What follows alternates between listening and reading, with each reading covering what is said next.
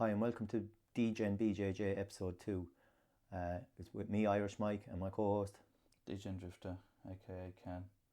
We had a bit of audio mix-up problems. We've full 34 minutes there for you to listen, but we're just going to mesh this bit at the start of the podcast in because it didn't record correctly. Yeah, in true DJN BJJ fashion, we had technical difficulties starting off. So where we'll drop you into, we're just talking about the feedback we got on the initial intro, the 5-minute one before this.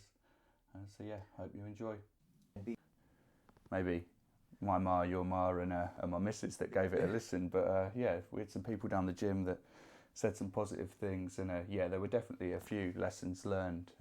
Firstly, the two of us with little to no recording experience, trying to decipher the audio recording equipment was not a straightforward process as I thought it might. People have no idea. Yeah, it was not the straightforward process I thought it might be, and this first few episodes, whilst we get to grips with the equipment we're using and the soundproof the room and what have you, but it seems like it's going okay. We seem like we've got over that road bump relatively. I think we're like white belts with rocking up to your first class with a show your roll gi. We've all the experience, all the fucking equipment, but not the experience, Yeah, all the gear and no idea for sure. The other thing that was a big learning curve for me is how much more difficult having a conversation with your mate is once you are aware that you're being recorded. It adds a whole nother level of pressure, and things that would normally flow a little bit more organically have an awkwardness to them that they wouldn't otherwise. 100% agree. Yeah, even now, like we're trying to, we have a rough idea what we're going to talk about. In this episode, we're going to cover how we both got into Jiu-Jitsu and how we both started, and a bit of the results, prep and results from the Europeans that were just on. We're recording Tuesday, and that was Sunday, so we're 2 days later. So how did you get started, Ken? What got you into Jiu-Jitsu? So I think that was the big thing we had to take away, was we need a bit of a structure. So let's start from the beginning, how we both got into Jiu-Jitsu. So for me, I'd always boxed. I was actually living up north in a little town in the arse end of nowhere. So you're boxing at the weekends now, or boxing in the gym? Exactly. I was living in the arse end of nowhere. It was near Wrexham, was probably the nearest town, and in North Wales, and I was working in Shrewsbury, which is on like the Welsh-Shropshire border, and I was training in a little boxing gym up there, and I'd always known about Jiu-Jitsu. I'd always had a bit of an awareness of it from watching MMA, watching the UFC.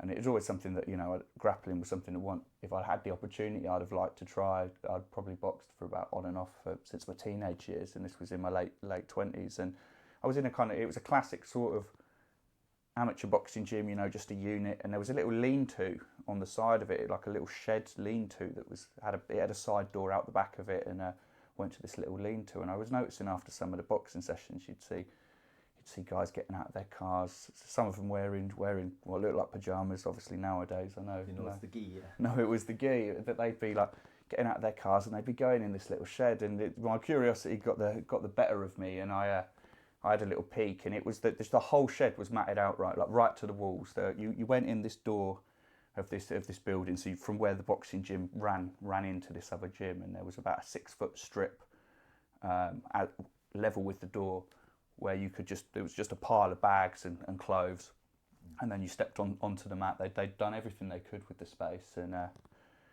it was a little jiu-jitsu club. It had been running quite a while, to be fair. At the time, I think they only had 1 black belt, but now they've got about 4 or 5 black belts. It's a class little gym. But when I got into it,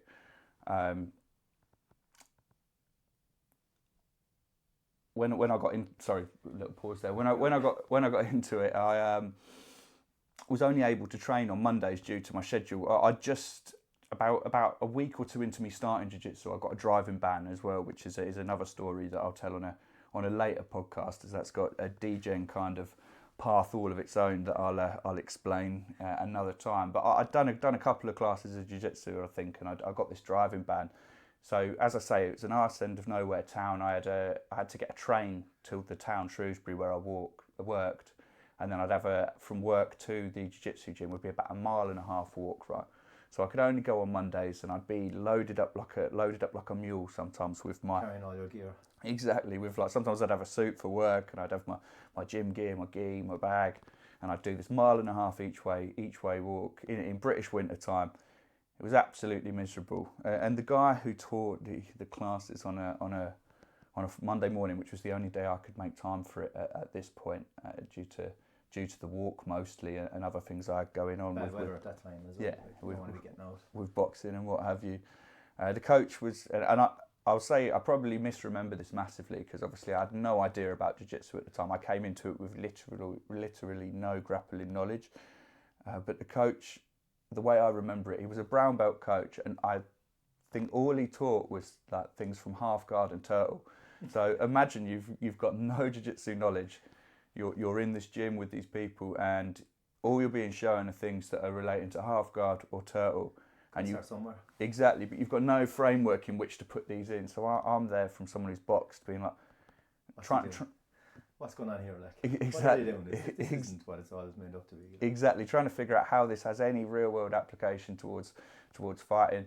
To make matters worse, I think everyone else who'd been at the gym, like even the white belts were. To be honest, you know, when you're a white belt, if you've trained like a couple of months, someone who's not trained at all, you've got such an advantage of knowledge on them. But it felt like they'd all been training years. You know, they probably hadn't. They probably only had weeks worth of knowledge on me.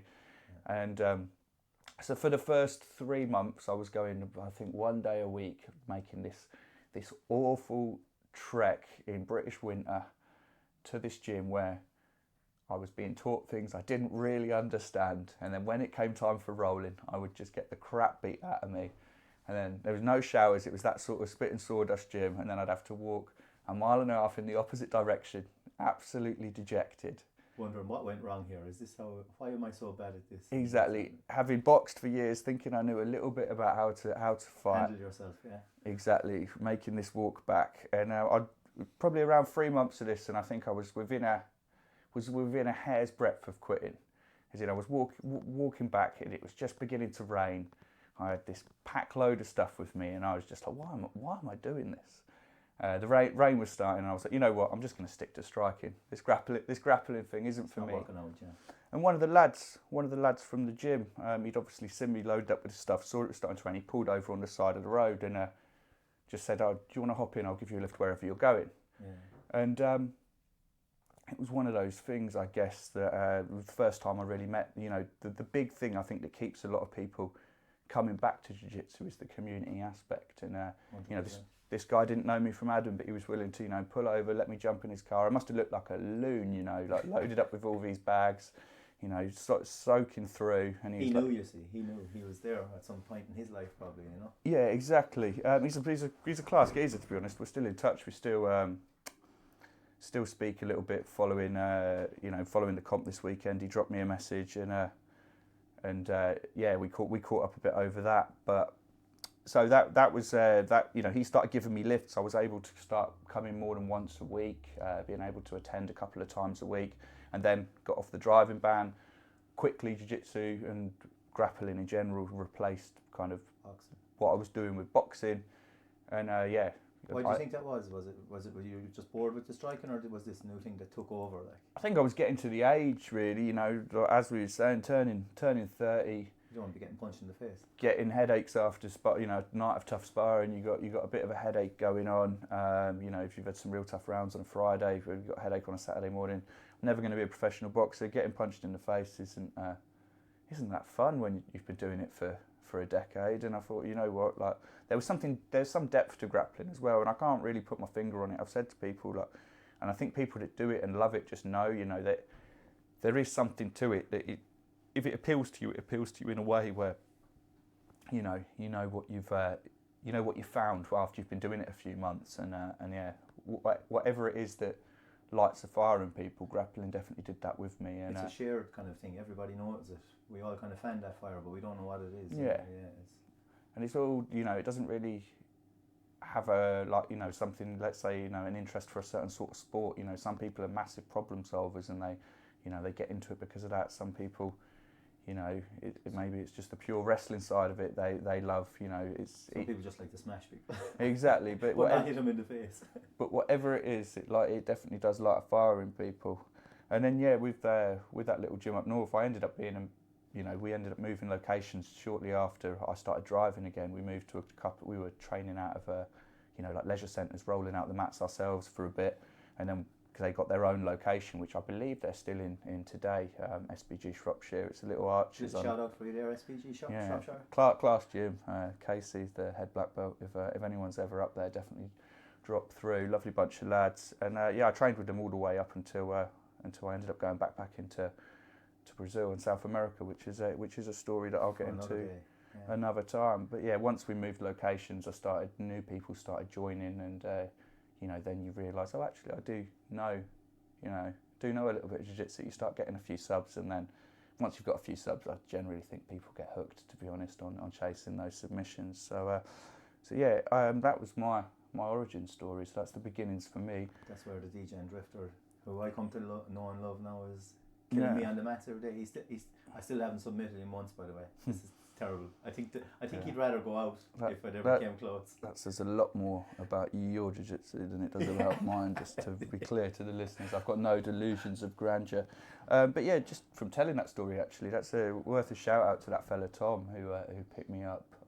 Because I think if he hadn't given me that lift that day, I might have just thought, you know what, this isn't for me. It was one of those moods, and we all have those. You know, it's quite testing in the early days, isn't it? Oh man, I think it's a roller coaster all the time. Even now, like it's just you're either on the high or the low, and you're either on that going up, and you feel like I'm getting so much better.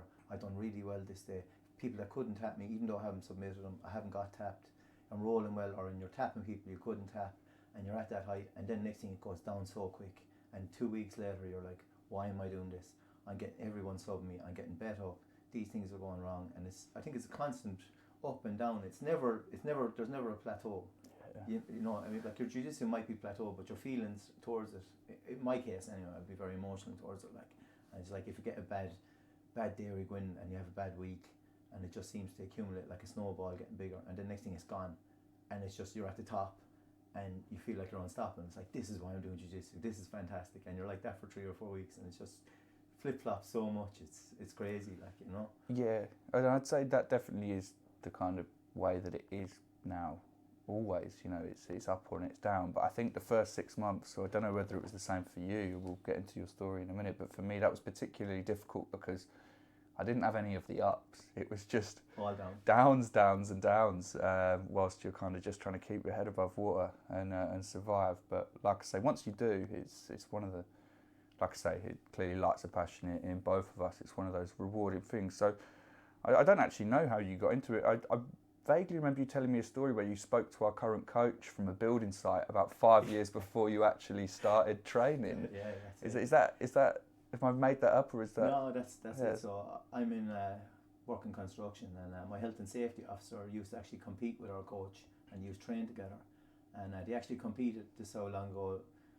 They competed, I don't know, it might have been blue belt, could be wrong, but they competed for an iPad in the absolute division, and Dom beat my health and safety officer. But and he's quite heavier, like he's 120 kilos, you know what I mean. And if you look at our coach, he's probably like 90, maybe a bit less, something around that mine. So, but I was obviously Irish. Conor McGregor was on the wave up when we all liked him. Don't want to go into that now and go and get a lot of hate over mentioning him. Probably, oh, the Irish fella likes Conor McGregor. But I was like, but I used to watch UFC, and I didn't really know much about jiu-jitsu. But when I go to the ground, I liked the arm bars, liked the choked, and I never did boxing or anything because I'm a bit of a pussy, and I never wanted to get hit in the face. I never wanted. I'm not good with confrontation or anything like that. And my health and safety, I said, oh, I'm a purple belt in jiu-jitsu, like, you know. And I goes, oh, I've always loved to do that. I was watching McGregor, blah blah blah. Watch UFC, and you know, the jiu-jitsu I like it. I'd like to try that. I think you know, it's something I'd like to get into. And he just pulls out the phone straight away, rings our coach, and says, I've got this fella, he's living in Redden, your place is in Redden, isn't it? Do you want to see what's going on? And he'll call down, and he put me on the phone to our coach, and I was talking away, and I says, oh yeah, I'll be on, you know, as you do, all talk, no fucking action, you know. and I never went that time, but So how long between this phone call and you actually taking your first class? I think it was 2 years. I think 2 years. Oh, okay, passed, not yeah. not No, 5. but then COVID happened, so like when I actually started. So, but I did Mike Taylor. I must give Mike Taylor a shout out. That's the guy that got me into jiu-jitsu, you know, through our coach. Big shout out to Mike. They call him the Mamouche, which is mammoth in Portuguese. You know what I mean? Which that'll tell you his size, like, you know. And he's starting his journey back again, I think. But shout out to Mike. Is he still training? He's hurt his shoulder a few years ago, and but he started back before Christmas, and I think he's trying to get back into it now.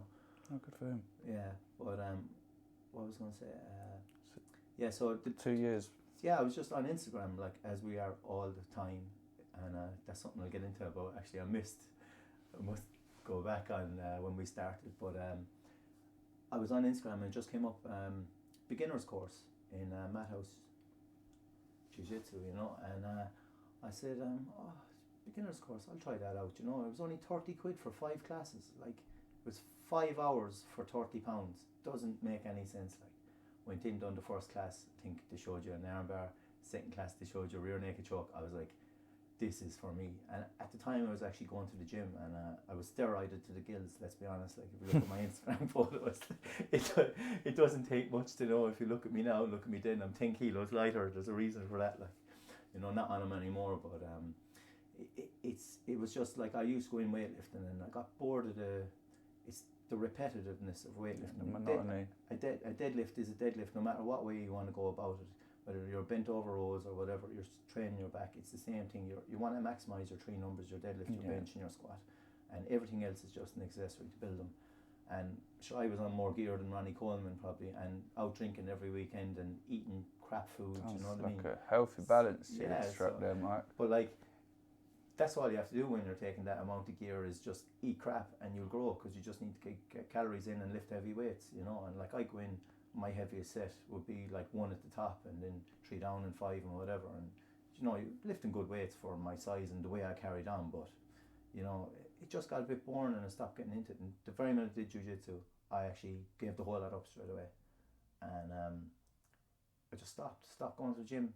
The whole lot, any free time I have now, and it's still the same way it is now, I give to jiu-jitsu, like, because it's unbelievable. Like, everyone knows, because if you're listening to this podcast, you're obviously doing jiu-jitsu, because nobody's not doing it, not listening, or related to us. Yeah. They're like, all he ever does is talk about jiu-jitsu, and when he gets drunk and he comes home to Ireland, my cousins will testify, he's just trying to grab me by the arm, but I'm not going to do anything, but you know, just carrying on like that. So it stuck with you from the beginner's course? Yeah, so the very minute. Yeah, because that was, although I could only train 1 day a week for the first about 3 months, it stuck, and it was like, you know, I'm not going to stop this even.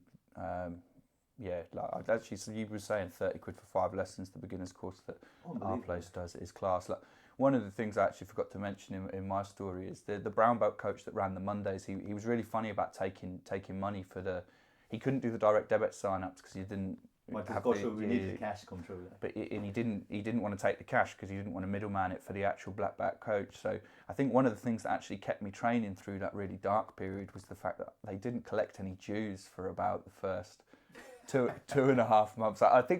I'm pretty sure I paid it in full once they eventually cottoned on. Yeah, wink, nudge. Yeah, I'm pretty sure. Well, I definitely paid it in blood and sweat. So you get an invoice from SBG Shropshire. If nothing else, yeah. Casey will pop up in my messages, being like, about that 60 quid.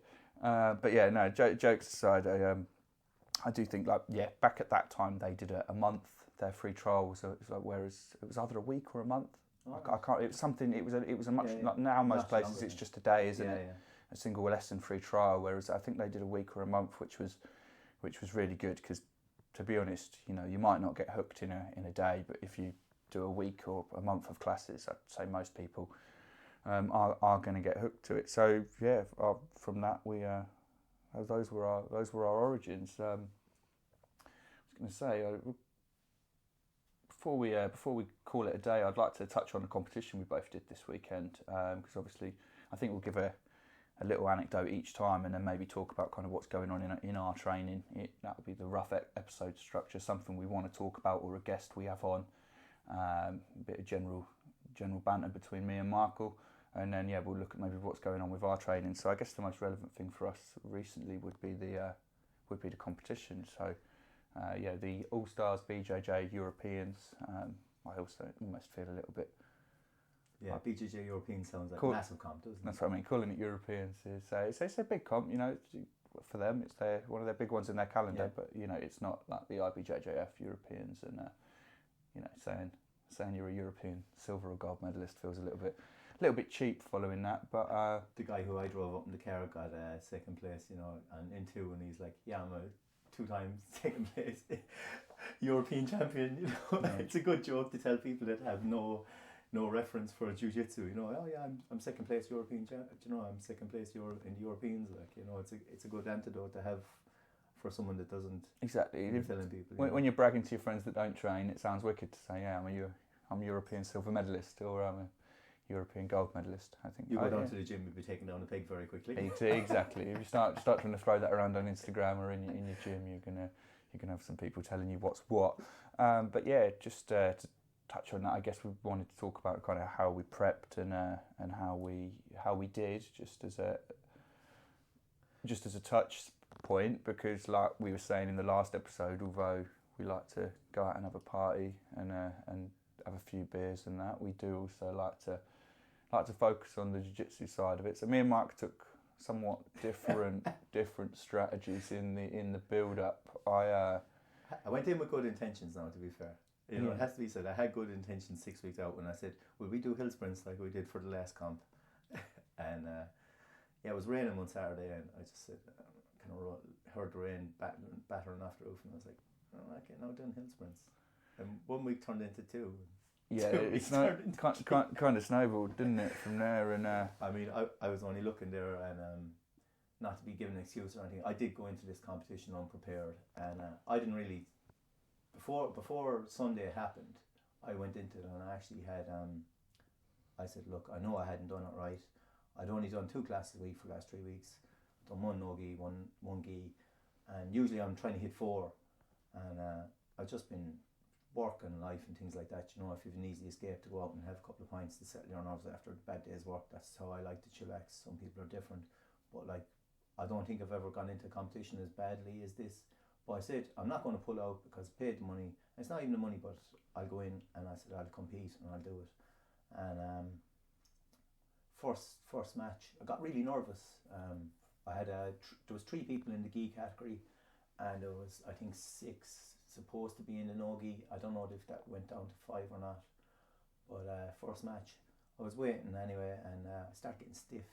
My muscles and everything started getting stiff. And I never had that. I had a different form of anxiety before, but generally I don't have anything. It's not like nothing. It's just fun. Yeah. I see it as fun, and it's good crack. But it started off and actually was quite successful. I got takedown at a body lock pass. I got takedown. Then we got up again, and I took him down again, and I had a body lock pass. But he managed to get a bow and arrow on me, and I tapped it out with about 30 seconds to go. And his gas tank wasn't great, but it was better than mine. But mine was very bad. And when the match finished and I went off the mat, I said, there was people trying to talk to me from our gym and that, and I was like, no, I just have to go after 2 minutes. And I just went down, and I could see there was like a smoking, like an exit out, and I just walked down. There was a hand cart outside of where everybody was standing, and I just sat in the hand cart. Through the fire escape. I know where you mean. Out the opposite end to where the bullpen was. There was a little fire escape, and there was a hand cart for carting around bits of equipment and stuff. I just sat in that thing, man, and I just wanted to take the gi jacket off. I was so hot, but I can't, because you can still see the people from the stands are looking across at you. So I was like, I'll just open it up and leave it wide. And this girl went out for a vape, and she was outside vaping, and I'm there trying to catch my breath still, and the match is over for 10 minutes at this stage, and I'm just there trying to catch my breath. She finishes her vape. She's probably out there 5 minutes. She comes in. She goes, "Are you all right?" And I goes, "Yeah, I'm grand." And she goes, "Do you need a medic?" And I was like, here, do I look this bad? They're panting. I was just panting in a hand cart. I actually had to make an excuse that I was drinking the night before, which I wasn't. I said, no, I just had a bad hangover. She goes, oh yeah, I laughed it off and went away. And so that was that. Anyway, then obviously you had your gi matches then, because Yeah. no gi was obviously at the end, so you had your gi Oh yeah, was one. so I did just gi and absolute. So yeah, lightweight in the gi and then absolute. I had 7 in my bracket for gi, I'm pretty sure, and 13 for absolute. My training camp was somewhat different to yours. I was pretty fat.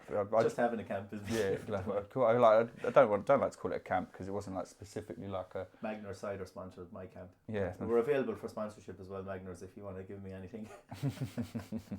I was just being a fat shit after Christmas, really. So for me, I think it's the first time I've been over 80 kilos in a few years. So I, signing up for 76. Thankfully, this is a boxer's weigh and not a gi weigh, and otherwise I think I'd have struggled with it a bit. But yeah, I did 6 weeks of a minimum of 8 hours of mat time a week, and then doing sprints once or twice a week as well, on top of the lifting. So yeah, it went quite well. I won't give a individual breakdown of all the matches.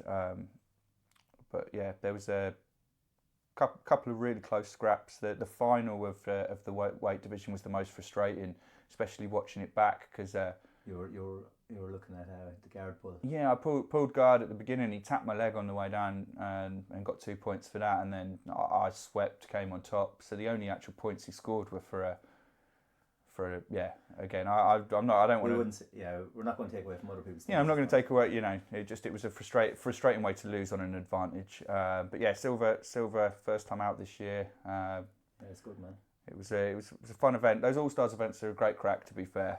They're affordable compared to some of the other events, especially if you get the early bird registration. You can often get like 2 divisions and you're absolute for I think about 50, 55 quid, which sometimes will just cover your bracket for a lot of other tourneys. So if you're thinking about competing, you're like me and Mike, you're in your 30s, have a look at the Masters brackets on those. They're normally affordable. It's a good day out. They're not too strictly run, so they're quite forgiving. You see a lot of the same people as well over and over again. Like, it's funny how when you're it's a very small community. Yeah, community jiu-jitsu. That's like we were saying earlier. The community of it's one of the aspects that I think keeps people coming back. I had a fella that the first ever guy I went against at that no-gi competition last year. He was coaching me for one of my, I ended up beating him in the semis, and then he ended up coaching me in the final because I didn't have a coach with me. Who else would do that? Like? Exactly. It's a great community, but yeah, when we get the absolute, I'll talk about very briefly as well. I ended up winning my first match and then losing a couple. So yeah, lost in the semis and then lost in the bronze medal match as well. I've got a nice accessory on my arm at the moment. It's definitely just a fashion accessory. Trust me. Fall winter 23. Everyone's going to be wearing these black elbow sleeves. Yeah. Elbow sleeves. DJ elbow sleeves. Yeah. But yeah, unfortunately, got tapped in the bronze medal match there, and my elbow popped a couple of times. But touch wood, I'll be back on the mats by Friday. What are we on now? We're recording Tuesday. By the time this is released, I'm hoping to be back at training. Well, you have to train Saturday anyway. You know what I mean. Taking some abuse from my teammates, not only for the podcast that me and Michael have decided to embark upon, but also for the performance over the weekend. But yeah, that's once we get the YouTube up and running, I'd like to do some stuff where we've got, rather than just videos of the two of us sat around chatting about, some bits and pieces of rolling and things. Exactly, as give a bit of content, you know what I mean? Exactly, a lot of the podcasts, I think it's, they do want to, they'll have a video of the two of them chatting, and that's all good. But I don't think anyone wants to sit and look at me and Michael for 30, 40. If you do, yeah, if you do, start an OnlyFans, just give me a fucking drop a line. If you do, let us know. Their Patreon will be available at some point as well. But for people that are looking to donate, and but yeah, so joking aside, it is one of those things that I'd like to put more content on than just us talking, so maybe have some of the comp rolls and stuff over the top of us talking about it, little things like that. But for now, considering how much effort it took us to even get the recording software off the ground, I think that's that's This is a massive milestone just to be where we are now. I think on whatever minute this is. Exactly. It's a bit of a pipe dream at the moment, but I'm hoping to make it a reality in the next few episodes. But let's get a few of those off the ground, and let's get down to recording. Whilst we're clearing things up, there are a couple of. Oh, you're. Yeah, my nogi. I was just going to. Oh, did I talk over you? Sorry, I was. No, I was just looking at the time and wrapping up. No, sorry, Michael. No, tell us how your nogi went. Yeah, okay. I got submitted in 25 seconds, but the thing was, I didn't really finish talking about it because I passed it over for the gi. But I actually came away from it feeling like I did go in not thinking it was a bit of fun in the training. I actually got really pissed off at myself after, and like I do feel like not training and not putting the effort in. It actually annoyed me because you are representing your club as well, and I didn't put that into consideration before. And this is an apology. When the lads text me, goes, "Why'd you put this apology post on Instagram?" It's not an apology post. It's just real-time realization of how you could have performed better, and I didn't think it'd actually affect me that way. Do you know what I mean? No, I'm not to be getting serious now. I'm vilely competitive. Yeah, no, you're way more competitive than I are, and like that's the funny thing. Like I didn't think I was that my mind would switch that way, and like now it's a little bit of a fire under me because I feel like I've mugged everyone off as well. And like just as I was driving here, you actually put up the results of the points of what people got and where our gym came in the thing. And like if I got like we were within close of jumping a position, if I had trained maybe even 2 weeks harder. And now, and it's not for everyone else to say, but like that's that little bit of competitive spirit coming into me. But it's a bit late jumping in. Once you can't jump on closing the gate after the horse bolted, like, do you know what I mean? But one of the things I went into this saying, mate, and one of the things I really wanted to be clear on is that like it's always meant to be fun. You know, we aren't. I like we set out our stand in the. I'll call it an intro episode, but in that little mic check 5-minute thing we did. We set out our stand, you know, we're not professional jiu-jitsu people, we're people that are balancing this alongside work, social lives, you know, the fact we like to have a drink, you know, we do jiu-jitsu because we enjoy doing it, and it's a passion. It's escape and a fun, Exactly. You know, competing for us, although it's nice to win medals and stuff, it's meant to be fun as well, so, you know, don't put too much value on it. You know, if you're going to do it, go have a good laugh, go have fun. We'll talk more about comps we've got coming up and our kind of different mindsets around it. And an ADCC gold medal that I have, that is unbelievable. That I can't stop telling people about every ADCC chance gold I get. medal. You know, we were talking about Europeans feeling a little bit cheap when you say All Stars Europeans. Yeah, well, similar with that ADCC gold medal. But let's talk about that on another episode, as I think we've run over the 30-minute mark here. So yeah, hopefully that clears it up, because quite a few people were asking, are they all going to be 5 minutes? And I was like, and me and Mike were both like, no, of course they're not all going to be 5 minutes. It just took us about 3 hours to get 5 minutes of material last time. So it was painful. It was painful.